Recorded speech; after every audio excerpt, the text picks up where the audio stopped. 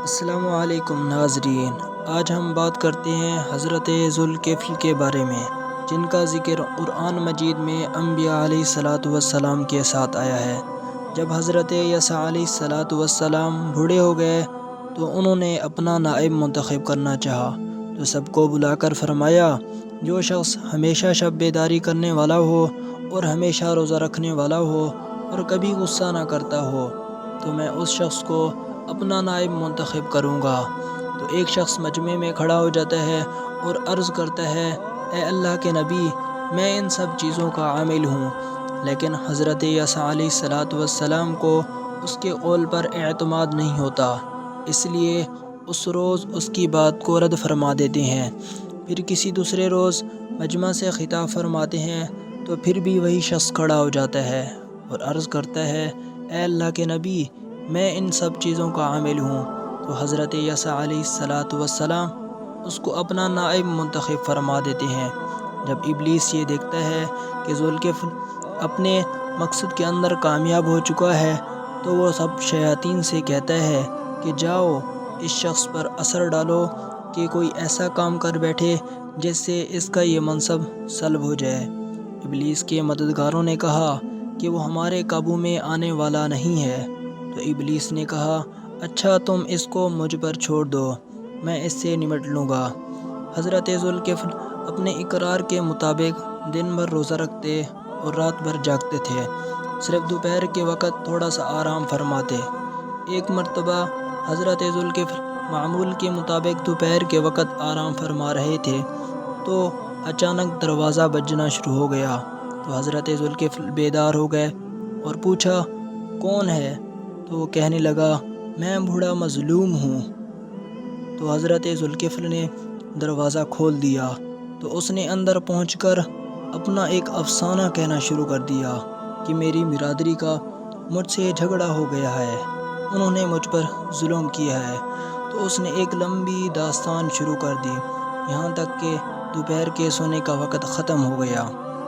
حضرت ذوالکفل نے فرمایا کہ جاؤ، جب میں باہر آؤں تو میرے پاس آ جانا، میں تمہارا حق دلوا دوں گا۔ حضرت ذوالکفل باہر تشریف لائے اور اپنی مجلس عدالت میں اس کا انتظار کرتے رہے، لیکن بوڑھے کو نہیں پایا۔ اگلے روز پھر جب آپ دوپہر کے وقت آرام فرمانے کے لیے تشریف لے گئے تو پھر سے دروازہ بجنا شروع ہو گیا۔ تو آپ بیدار ہو گئے۔ آپ نے فرمایا، کون ہے؟ تو اس نے کہا، میں بوڑھا مظلوم ہوں۔ تو حضرت ذوالکفل نے دروازہ کھول دیا۔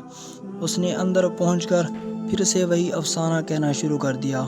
تو حضرت ذوالکفل نے فرمایا کہ کیا کل میں نے تم سے نہیں کہا تھا کہ جب میں اپنی مجلس عدالت میں بیٹھوں تو تم آ جانا، لیکن تم نہیں آئے۔ اس نے کہا، حضرت، میرے مخالف بڑے خبیث لوگ ہیں، انہوں نے دیکھا کہ آپ اپنی مجلس سے عدالت میں بیٹھے ہیں تو انہوں نے کہا کہ ہم آپ کو اپنا حق دے دیں گے۔ تو جب آپ اپنی مجلس عدالت سے اٹھ کر چلے گئے تو انہوں نے میرا حق دینے سے انکار کر دیا۔ لیکن حضرت ذوالکفل نے غصہ نہیں فرمایا، کیونکہ شیطان کا اصل مقصد یہی تھا کہ حضرت ذوالکفل کو غصہ دلایا جائے، جس کی وجہ سے ان کا منصب سلب ہو جائے۔ حضرت ذوالکفل اس بوڑھے سے یہی فرماتے ہیں کہ جاؤ، کل آ جانا، میں تمہیں تمہارا حق دلوا دوں گا۔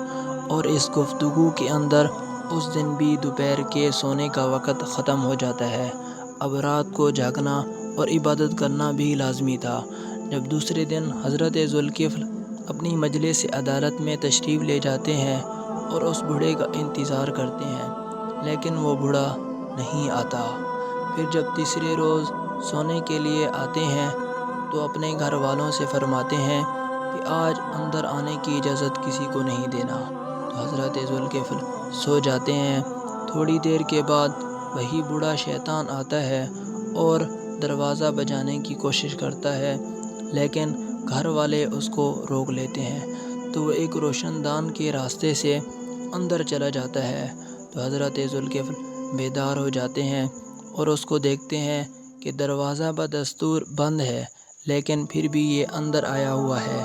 تو حضرت ذوالکفل پہچان لیتے ہیں کہ یہ شیطان ہے اور حضرت ذوالکفل اس سے فرماتے ہیں کہ کیا تو خدا کا دشمن شیطان ہے؟ تو وہ اقرار کرتا ہے ہاں میں شیطان ہوں، اور کہنے لگتا ہے کہ میں نے ہر تدبیر آزمائی کہ آپ کو اپنی جال میں پھنسا لوں، لیکن آپ نے مجھے ہرا دیا۔ اب میں نے یہ کوشش کی ہے کہ آپ کو کسی طرح غصہ دلا دوں تاکہ آپ اپنے اس اقرار میں جھوٹے ہو جائیں جو آپ نے حضرت عیسیٰ علیہ السلام کے ساتھ کیا تھا، اس لیے میں نے یہ سب حرکتیں کی ہیں۔